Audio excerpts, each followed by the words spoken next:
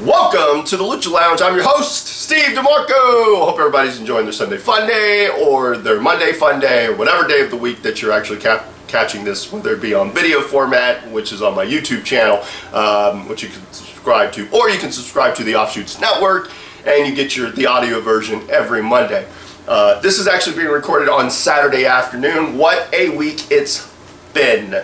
But before I continue, gotta remind everyone, October 8th, Reality Wrestling brings to you its next set of television tapings at Booker T's World Gym Arena.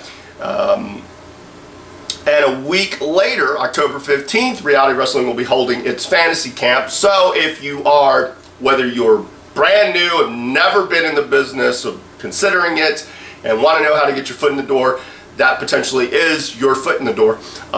Or if you've been in the industry, want to check out the facility, potentially, who knows what could come out of it, that would be a great opportunity for you as well. Go to realitywrestling.com for more details for either of those. You can also, at realitywrestling.com, as well as on their YouTube page, catch the latest episode of Reality Wrestling. They currently air on the CW39 at 11 a.m. on Sunday mornings. But I believe the episode will also be uploaded to YouTube and released on YouTube on Sundays as well. And I know it's going to be kind of a jam-packed show that's coming up, or by the time you're watching this, has already aired. So, you know, be on the lookout for those. So, I'm not sure who my next guest will be. Some stuff's in the works, but I don't want to say anything prematurely until I have it. But I'm hoping to have a guest for next week's show. This week, however, as I had mentioned, Hugh McCune had actually asked me a question. He had a topic that he wanted me to discuss. So I thought, what better week to do it than this week? Because one, I didn't have a guest, and two, even if I had had a guest and it had happened to work out, I still was going to probably put out this video anyway. So, but I've talked to him since to kind of get an idea, and I've decided what I'm going to do now. His original message was give him a list or a few lists of top tens of those that are underrated. And underrated to me is I don't want to say it's an overused word, but he wanted me to talk about like old school, back in the day before I was in the industry, and potentially like when I first got into the industry, because he wanted not just mainstream, but like independent people as well as like up and comers. But underrated for me is kind of a weird, I don't know, because I wasn't rating talent when I was watching, before I broke into business. I was just a fan and enjoying the medium and enjoying being entertained and enjoying the characters, and I didn't really care about where they were going or their pushes. I really kind of bought into whatever WWF at the time, or WCW, or NWA, or WCCW, or any of the wrestling that I would watch, or ECW, any of them. I wasn't really concerned with their place on the card. If I was entertained by them, then there you have it. So I talked to Hugh and kind of narrowed it down. I'm gonna basically do top tens for like three separate groups. The first top 10 will be top 10 like mainstream stars from back in the day that I felt should have won a world title and never did. The next set will be a top 10 of like when I first broke in, or people that I've seen through my travels that I felt like never got signed, had never gotten signed, and so I want to give a top 10 on that. And then the Offshoots is still planning to do a top 100, and Trey actually asked me to give him my top 10, so I thought, why not share that with you? And now it's kind of changed since I've given him the list, but the top 10 is pretty much going to stay the way it is. And I will give you my thoughts on probably each person. So we'll see how this goes. So sit back, relax, and enjoy my top 10s, and mind you, they can change depending on the day. But this isn't like set in stone. I mean, I've written it in pen, but it should have been in pencil because I could have erased. So first, my top 10, I guess, of old school performers that never won a world title. And this is kind of in order. So at least what I was thinking at the time that I wrote the list. So again, you ask me a week from now, it could completely change, and I may have forgotten a name here or there, but here's my thoughts. Number 10, Michael Hayes. Michael P.S. Hayes of the Fabulous Freebirds. He is a Hall of Famer, so not underrated because he is in the Hall of Fame.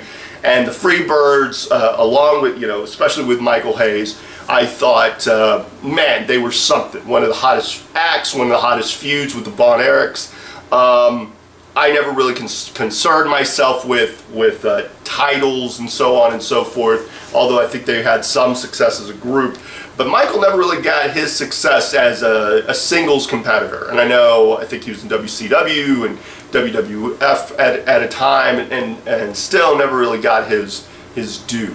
My opinion was he could have made a great world champion, especially with the Freebirds. I think if they had kept the Freebirds intact, maybe in WCW especially, I think he could have done something as opposed to, him and Jimmy Garvin, and what they made of that group. I think, underrated on the mic, got a tremendous amount of heel heat, and especially if you had,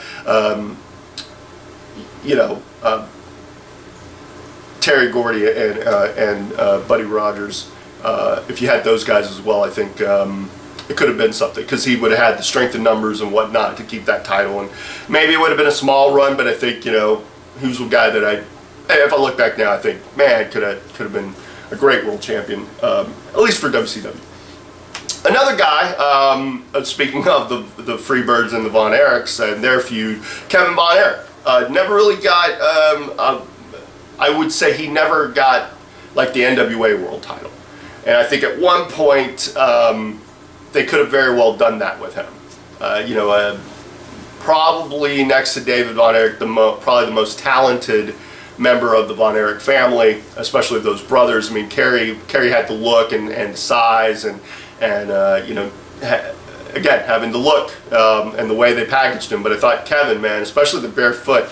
I at a time had even contemplated becoming a barefoot wrestler because of Kevin Von Erich, because I was such a fan of what he could do in the ring and being as agile as he was, but again, being barefoot, which anyone who's ever doing the kind of stuff that he would do, man, amazing. And a guy that I felt like could have been a good world champ. And again, maybe for the NWA, maybe have been, beaten Ric Flair or something to that effect. But yeah. Number 8 would be Brian Pillman. Now, he had some success at WCW, but he never got a big title. And it's more of a case of what could have been. I think once he, when he kind of broke kayfabe, so to speak, and started doing the loose cannon character, and that worked into ECW and then got him into WWF, I thought, man, there was loads of potential there.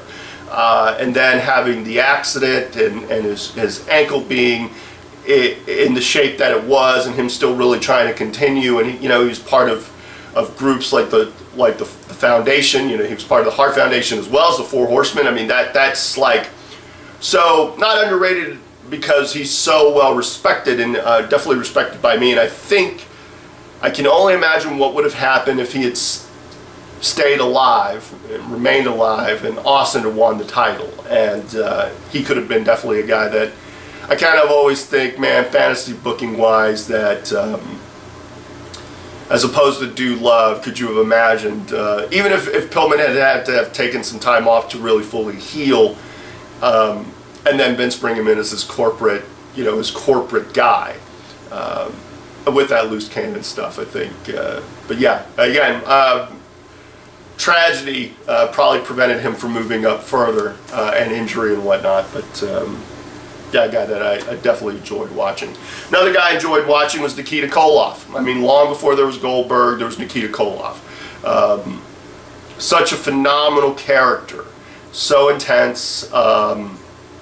Great feuds with the likes of Dusty Rhodes and Magnum TA, but a guy that I felt never really got, he got opportunities, but I think a victim of tragedy in some respects because of who is on my list as well, and their accident. But I thought Nikita, man, could have been something, especially if he had, with feuding with Dusty or with Flair, with whoever. I mean, could have made a very viable NWA or WCW champion, heavyweight champion. I know he had success, the lower tier titles, but there was something there with Nikita, I believe.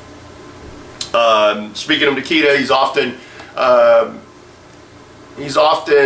if you bring up Nikita, you always bring up Magnum TA, and Magnum TA is my number 6.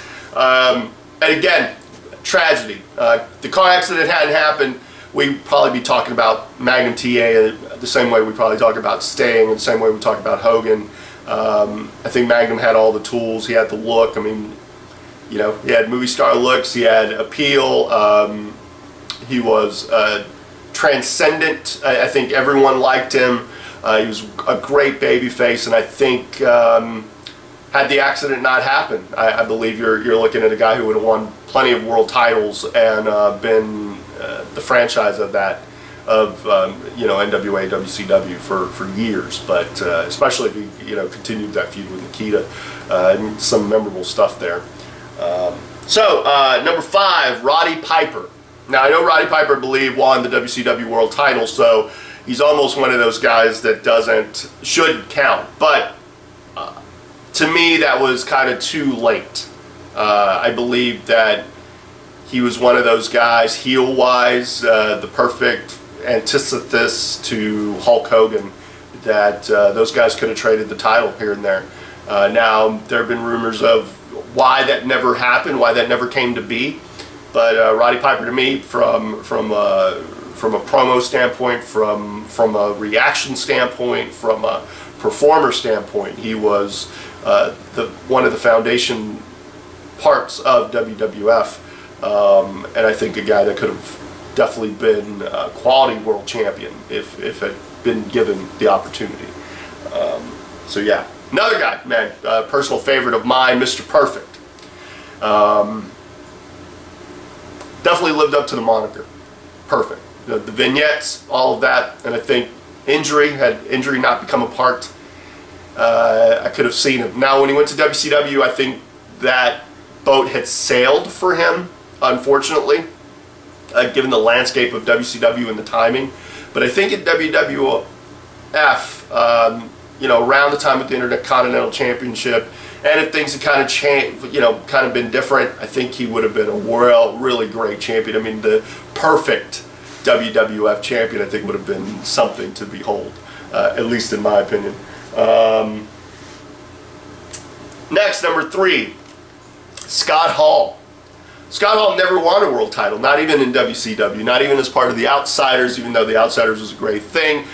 The first shot fired by WCW in this what would become the Monday Night War. But Scott was a personal favorite of mine, especially as Razor Ramon. I thought the Razor Ramon character could have gone further if they'd given it to him. Now, being Intercontinental Champion, being part of one of the greatest matches in WrestleMania, no, not just WrestleMania, but wrestling history, I think speaks volumes of his talent. And I always enjoyed him as a performer. I think he was one of my favorite performers growing up. So I never underrated him. But I think he should have been world champion at some point. Number 2, Owen Hart.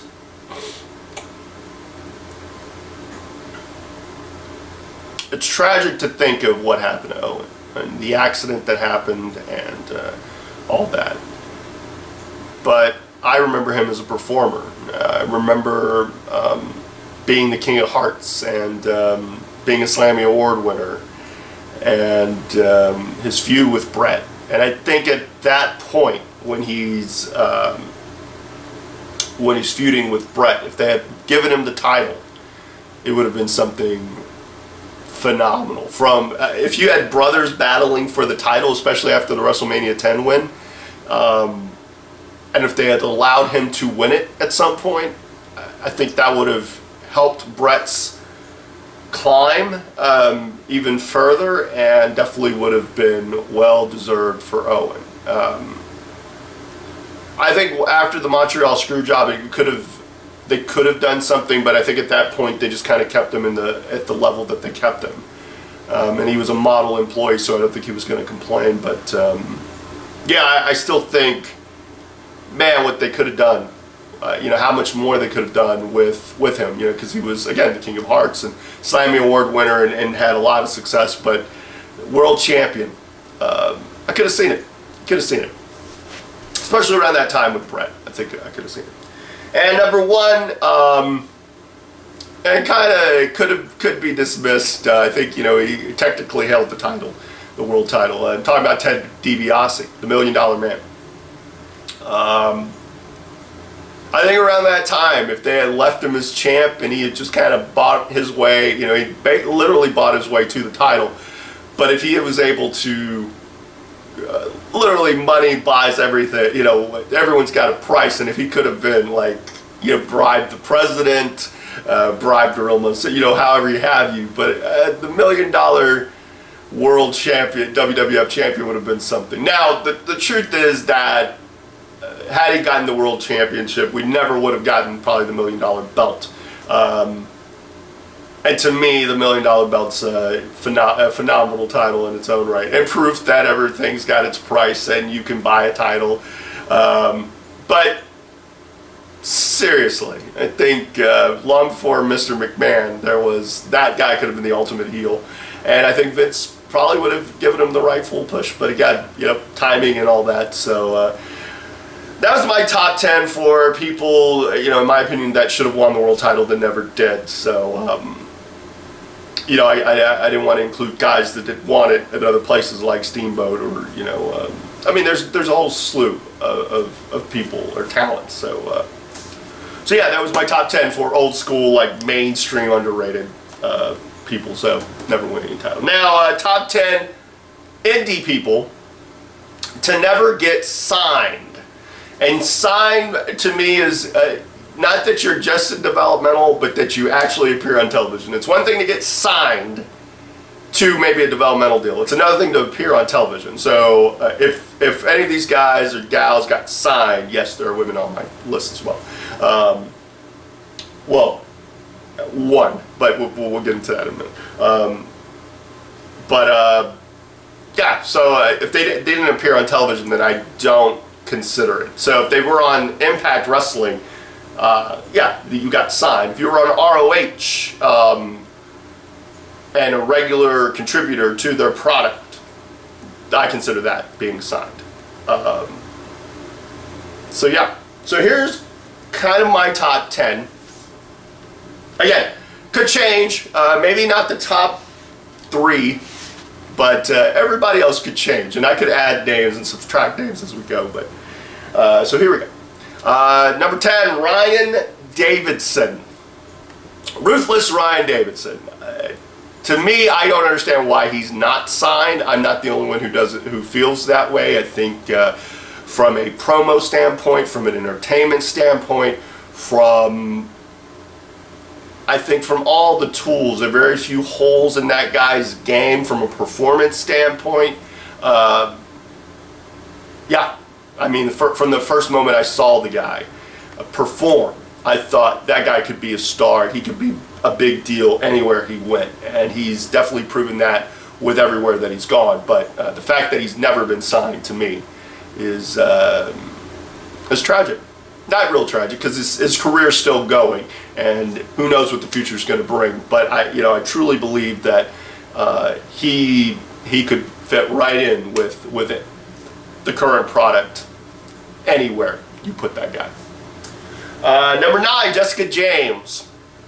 Jessica James, to me, from maybe early on, I felt like she had a star quality, and I like her as Jessica James. I loved her as Lady Poison. I thought there was some real ability there, some definite levels of ability, and to me, it's a shame that she's never been signed to a major contract. Now, I know she's doing some ROH stuff now, and part of the Women of honor, but to me, it's still, she's not a regular. She's not like in the mix. She's not on ROH television weekly or every so often. To right now, she's still on the independents, and I can definitely see her as part of like the knockouts or part of what the women's what the women are doing, whether it be in NXT. Man, I could only imagine what she could do on NXT with whether it be Jessica James or Lady Poison. Although I would think Lady Poison would carry some more steam because it's something different than even what they're even doing, whether it be on Impact or WWE. I think she could definitely be something. Number 8, Luis Garcia. I don't believe he wrestles anymore, but he's one of those guys that I think if you had put him in Mexico, made him a luchador and given him something other than just being Luis, I think he could have been something, because he was a phenomenal talent, very athletic, very agile, very natural in the ring, could flow with anybody. He had a definite good sense of timing, really great, humble kid, and definitely a hard worker. Yeah, I think he, from agility standpoint, given what the cruiserweights are doing now, and given what other companies were doing with cruiserweights, or the cruiserweight style, I think he could have fit right in and probably stole the show in some respects. I think of it like Gresham or Gresham really comes to mind. As far as like that body type, but still like Luis, definitely a phenomenal talent, and thought he could have been signed. Number 7, BJ Turner, one of my buddies. Whether you had him doing comedy with Instant Heat, or what he would become, like the Cruiserweight Killer, or what he would morph into, I know he's doing a lot of like judo and MMA stuff, and I have immense respect for him as a performer. He's one of my dearest friends, but that's not solely why. I've had some great matches with him, and he really wanted to start implementing like the MMA style like a decade before it was really becoming the thing.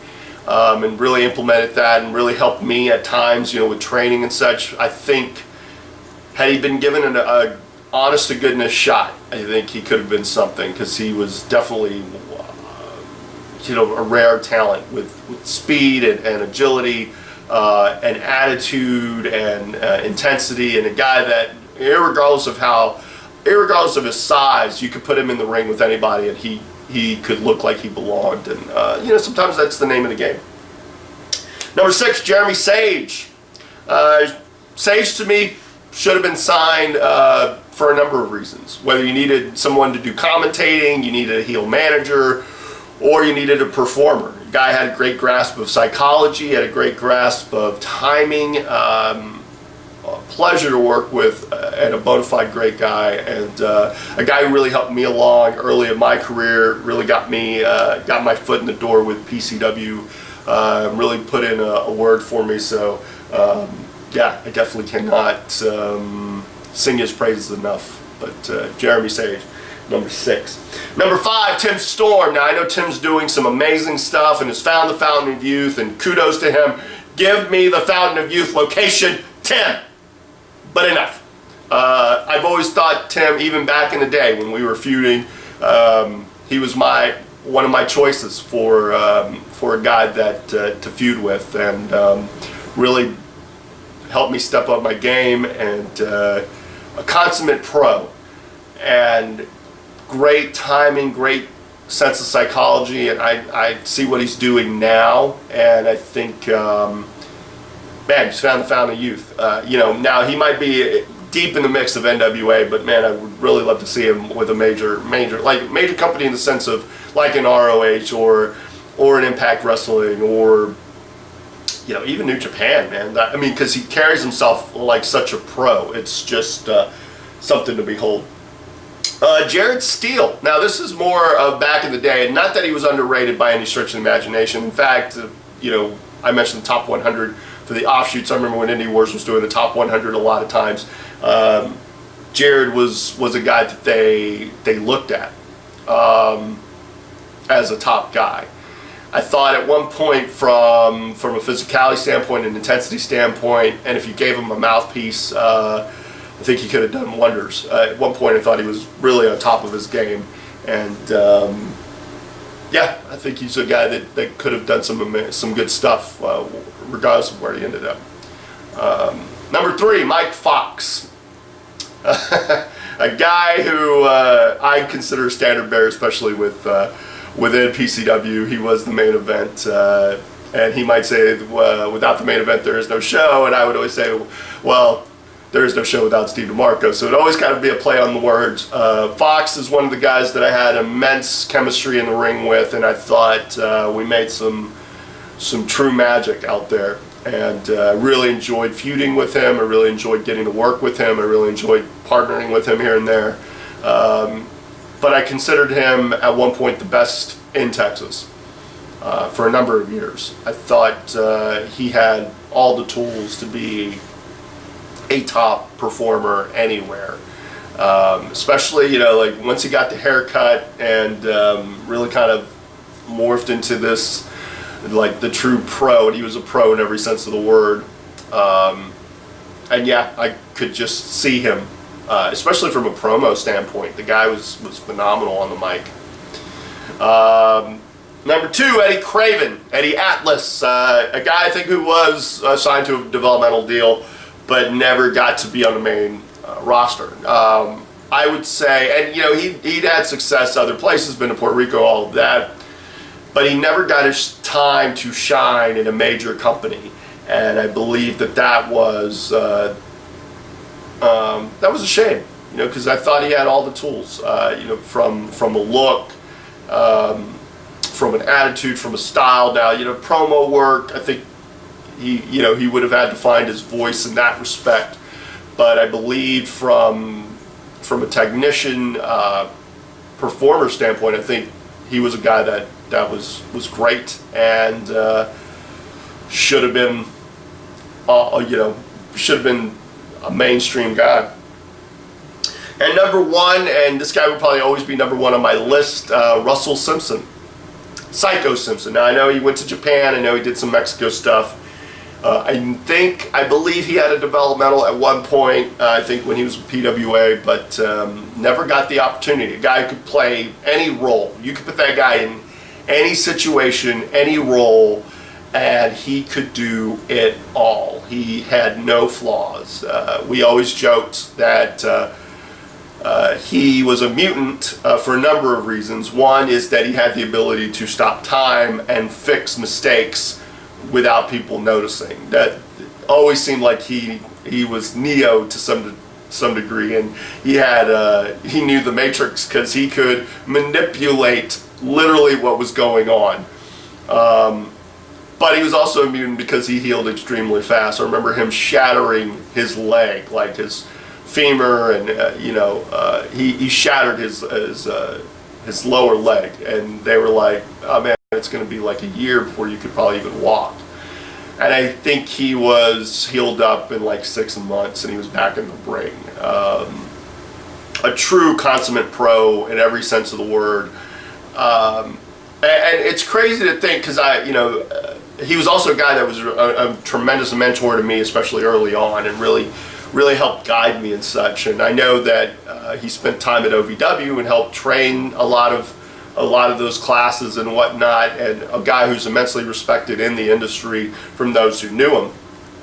But I remember a situation where I believe we had gone to Mississippi for an NWA show, and it was like the crew that went from Texas, NWA Southwest. It was like myself, and I want to say Instant Heat, which was BJ Turner and Justin Too Fine and Hot Stuff Hernandez, and Psycho Simpson and myself. And I want to say a couple of other people were with us. But after the show, we went somewhere to hang out, and I think we were around some people who were not really wrestling fans. And it was, I think some of them had mentioned that it was fake.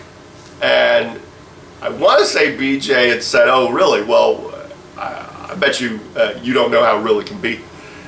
And So him and Russell actually worked this kind of impromptu match. And these non-wrestling fans became wrestling fans because they made everyone believe what they were doing was legitimate.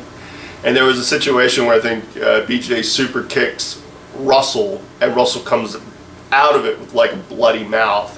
And I think that's what sold it. And by that point, everybody was like, oh my God, and here's, have a drink, and oh my God, you guys are the coolest, so on and so forth. And, I checked on Russell, and it gave me a wink that everything was cool. But that, and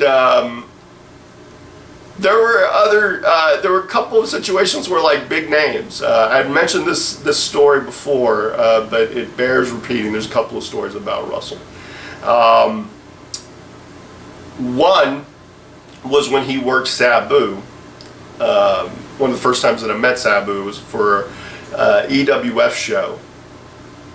And Russell also did a mask character, Skull Manson.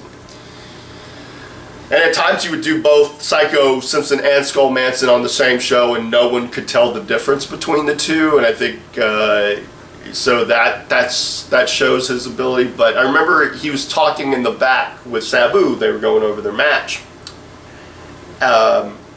And then Sabu basically said after the match that, so they kind of part ways, and Russell goes to get ready, and when Sabu is out there, and then Skull Manson comes out, he thought that was a completely different person, and he was kind of concerned, and then he realized that it was the same guy. So there was that. And really sung Russell's praises. And another guy who sung Russell's praises was Eddie Guerrero. Eddie had mentioned this at an EWF show. He'd actually worked a show in Corpus, I think the week before, and he had worked a tag match with him and his brother Chavo against, I want to say, Papa Don and Skull Manson. And I was really eager to see what Russell could do with Eddie Guerrero. And they, their little interactions with each other, they literally tore the house down. And a week later, or a couple weeks later, Eddie Guerrero worked at EWF. He worked Mike Thunder, and there's a kind of an infamous story where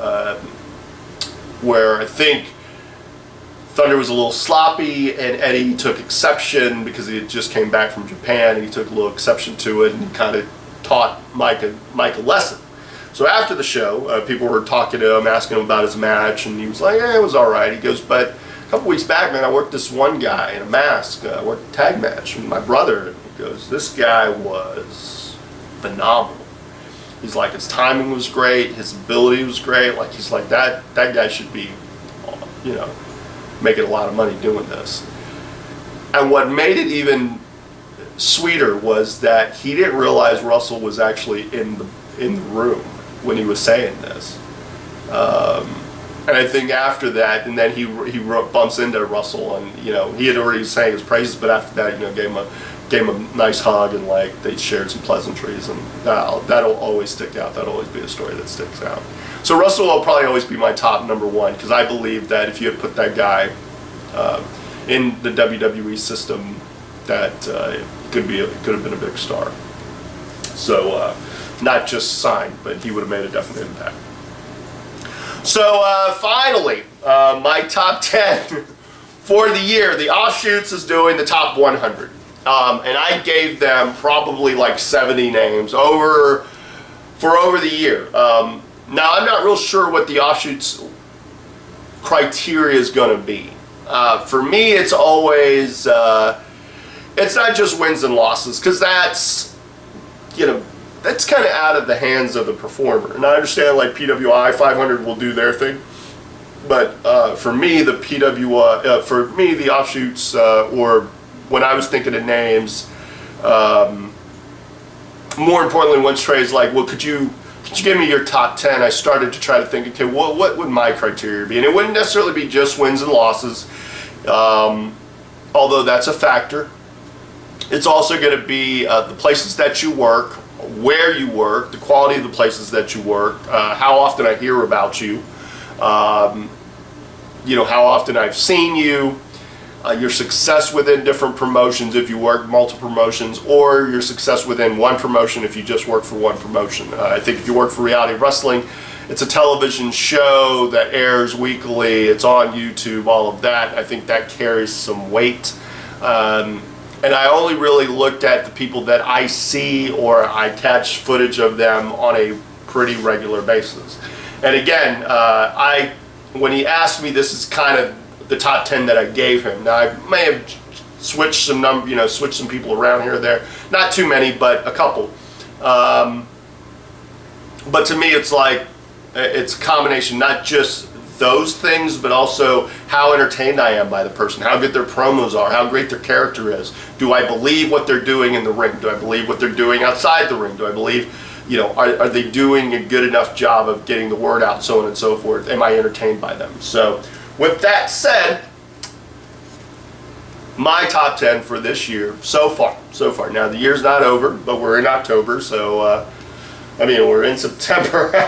I'm so close to October, it's only a week away. But yeah, so top 10 for this year. Number 10, Jessica James.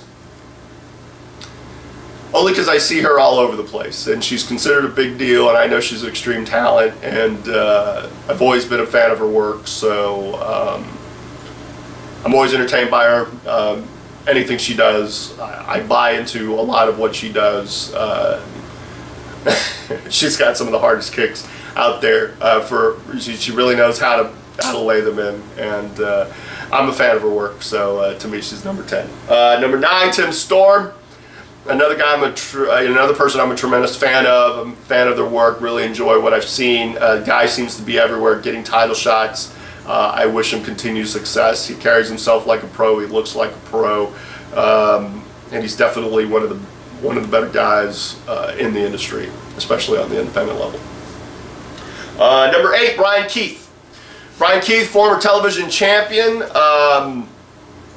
had a historic reign. It came to an end, but he stayed in the mix and was part of one of the best feuds for reality wrestling for the past year, or for the past year, especially since coming into the new building earlier this year. I think he's been on a tear. It's one thing to be in matches with the same person and have such dramatic stuff happen in those matches, and he's always remained in the mix, and he's such a pleasure to work, and such a pleasure to see, and such a pleasure to work with, and from a promo standpoint, and yeah, I thoroughly enjoy the growth that I've seen with him as a performer. He's the ultimate babyface, the ultimate underdog, and yeah, I'm a big fan of his. I'm also a big fan of number 7, Kylie Ray. Now, Kylie doesn't work a lot of places, although she's starting to venture out. But since her debut with reality wrestling, she's been undefeated, at least within reality wrestling, and been a champion. She won the Diamonds Division title her first day in. Her first match ever, you couldn't tell. You wouldn't have been able to tell. Her promo work is something I thoroughly enjoy. I thoroughly enjoy watching her and working with her and getting her insight and brainstorming with her. I think she's very fluid in the ring. She's got some great technique, and man, she's had a hell of a year being the champion, and whoever they put in front of her, she's able to defeat, and that says a lot. And for being champion for as long as she's been champion, again, since her debut, rightfully so, should be number 7. Number 6, Sammy Guevara. I don't see a lot of his work. I do like his stuff that he does on YouTube. I do watch that.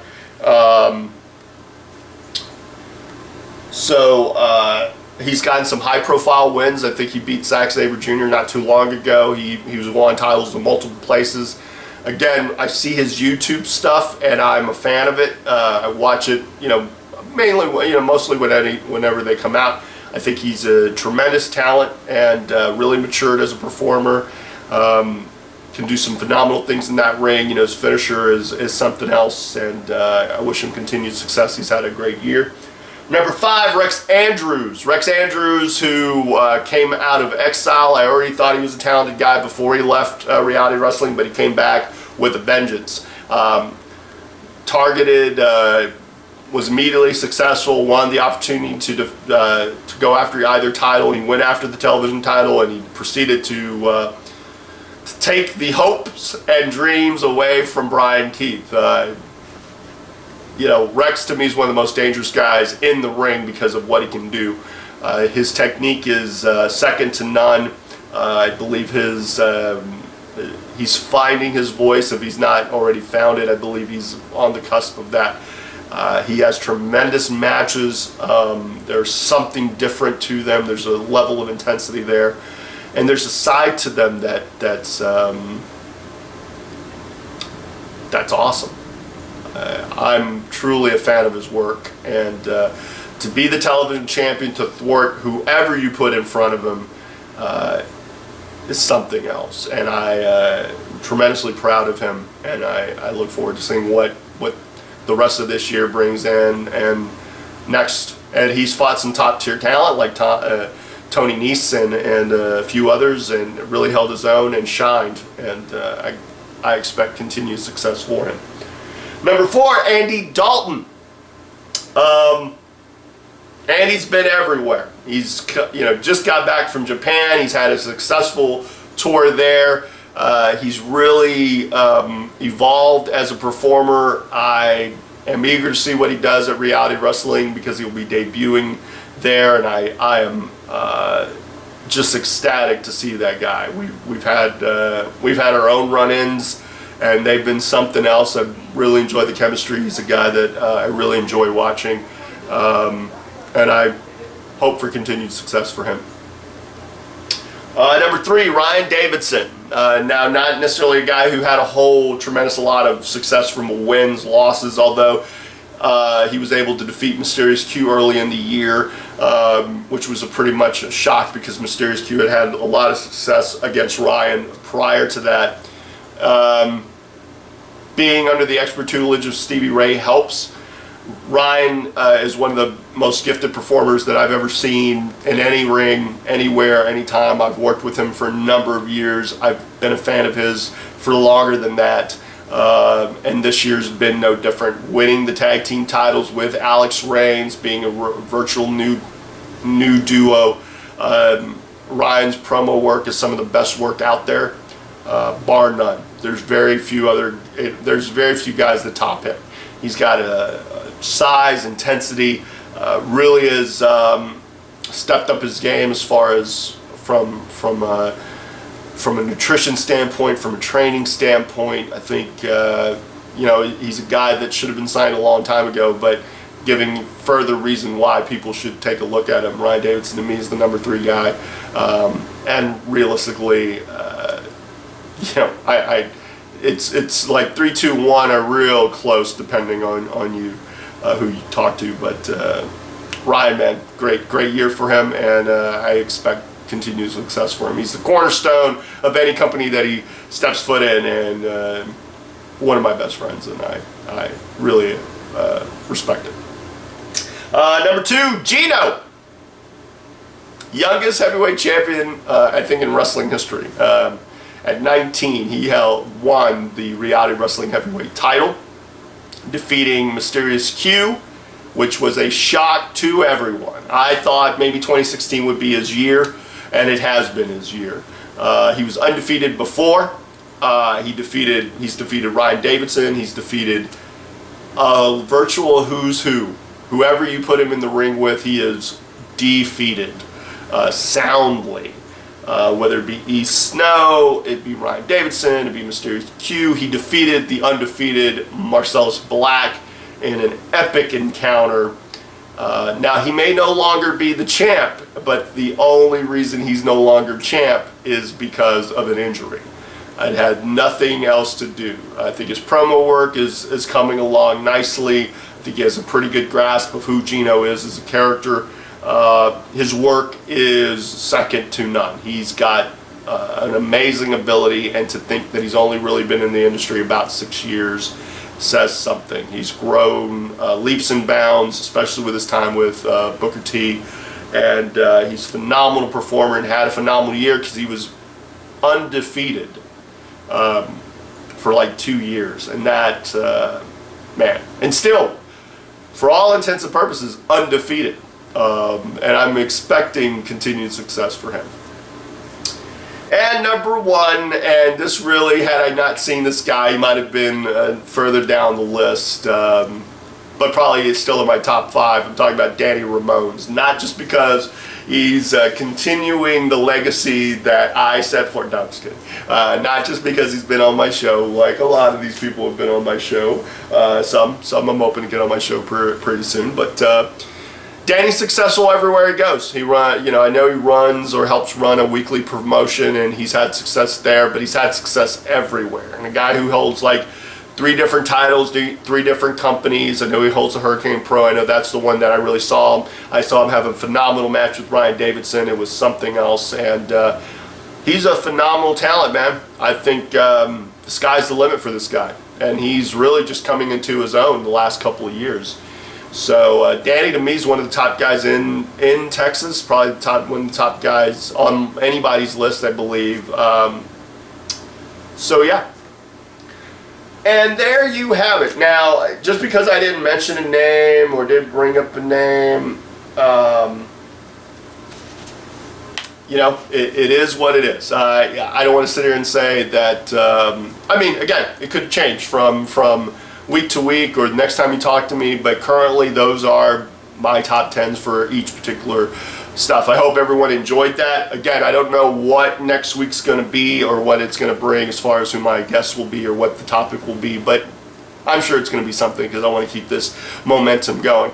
I appreciate everybody who sits back and relaxes and enjoys my stuff, whether it be in audio format, which again, you can go to YouTube and subscribe to my channel, or if it's an audio format and you go to the Offshoots Network and you subscribe there through a plethora of different ways to get podcasts, whether it be iTunes or Google Play or Beyond Pod, what I use, or I know there's a new app, and sorry, it escapes my mind at this point. I only had notes for the lists.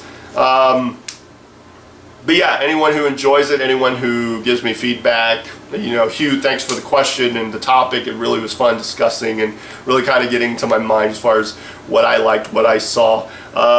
So yeah, I think, I can't... I think that's about it. So again, I appreciate all of you who sit back and relax and enjoy this stuff, support me, listen, watch, subscribe, all of that. Next week will be another adventure, and I can't wait for you guys to be a part of it.